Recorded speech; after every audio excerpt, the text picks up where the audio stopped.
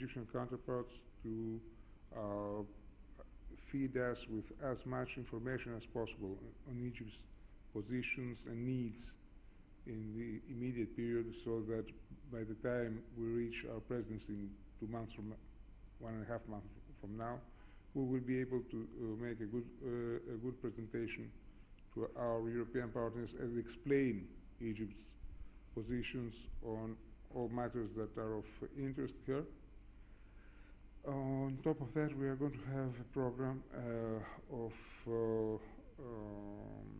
very close and very fit, very comprehensive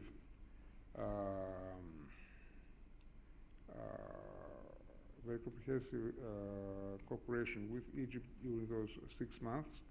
So also happens that a number of very important initiatives are coming to a head within the European Union. So we will, together with the representation of the European Union in Egypt, have very important contacts with the Egyptian government, and we are going to try to start implementing a number of programs. And in general, I think that as Egypt will be progressing on the roadmap, more chapters of cooperation will be opening in the meantime. It's not a question of conditionality, it is called just a question of technicalities, but it is, these are also important sometimes.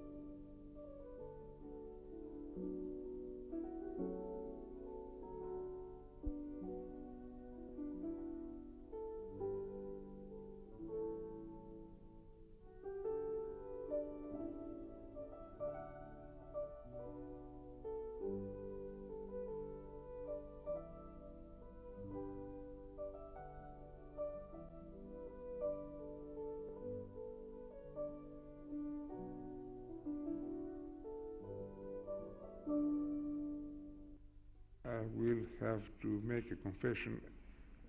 Until last year, we were in a very difficult position because of the situation in Greece. In the last year, the financial situation is becoming much better, so we will start relaunching our cultural programs with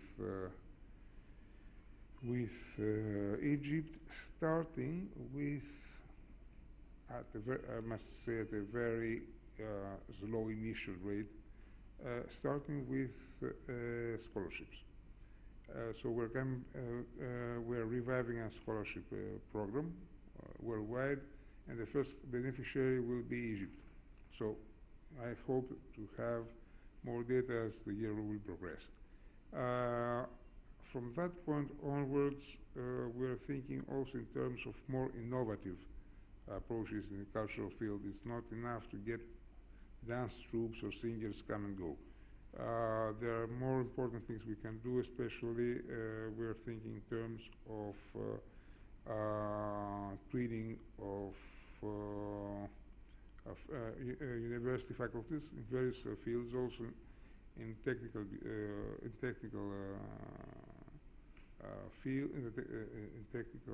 matters like medicine for sure, where we have a lot, as I said, a lot of Egyptian doctors working in Greece. We are thinking also in terms of enhancing our cooperation in the field of vocational training, which has an economic facet but has also cultural facets. We're talking about the language, teaching language. But as I said, it's still we have just entered recovery from the crisis, so things initially will be a bit slow. There's no shame admitting that. We will keep also our program of cultural events that we have managed to keep during the time of the crisis, and enhance it. And this will, by all means, be more visible during the presidency. But as I said, we have never stopped having even a small presence on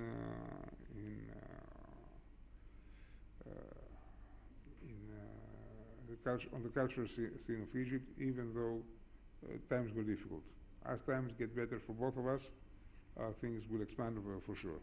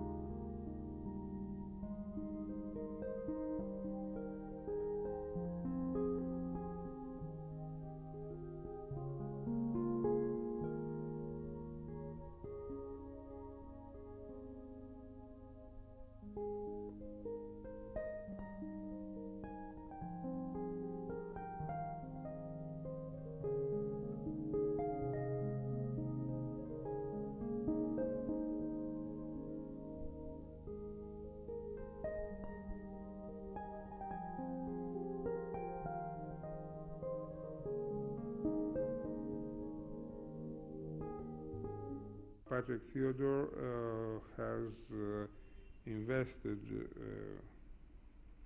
his time, interest, and money also in refurbishing, in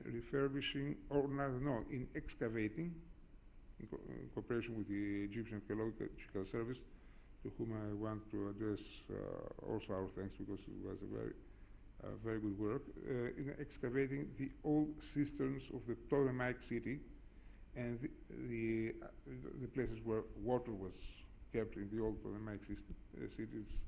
These are enormous holes under the Patriarchates. Strangely, they were doing some repairing work, and they found these strange, colossal wide spaces, and then they brought in the Egyptian archaeologists, and they found that these were the water tanks, so to speak, of the old Ptolemaic palace.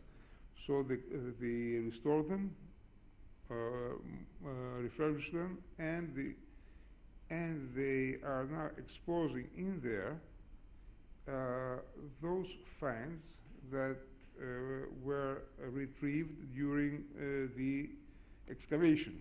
And there are finds from all the eras, from Pharaonic to Ptolemaic to Roman, Byzantine, Arabic, and until today. So it's a very interesting thing, because it's like cutting through the history of Alexandria. And since it's it has been financed by, the whole thing was financed by the Patriarchate and by sponsors from Greece. So on the 24th of this month, the new museum will be inaugurated. It's on the Patriarchate's grounds, or rather underground. And the Deputy Minister for Greeks Abroad, Mr. Yannandopoulos will be attending also, I will be attending also, and of course the governor of Alexandria, Egyptian authorities, and and all the people who made this small miracle happen during, especially during all these difficult times. I mean, it was, it's not nothing short of a small miracle, but I can tell you, I followed a bit how the works were progressing, and really it is a jewel for the city. We hope it will attract tourists. It will help remind people in, especially in Orthodox countries like Greece, Russia, Bulgaria, so on, that the Patriarchate is still there, and it has to show them things, and so we hope to see a tourist current being redirected towards Alexandria as in the past.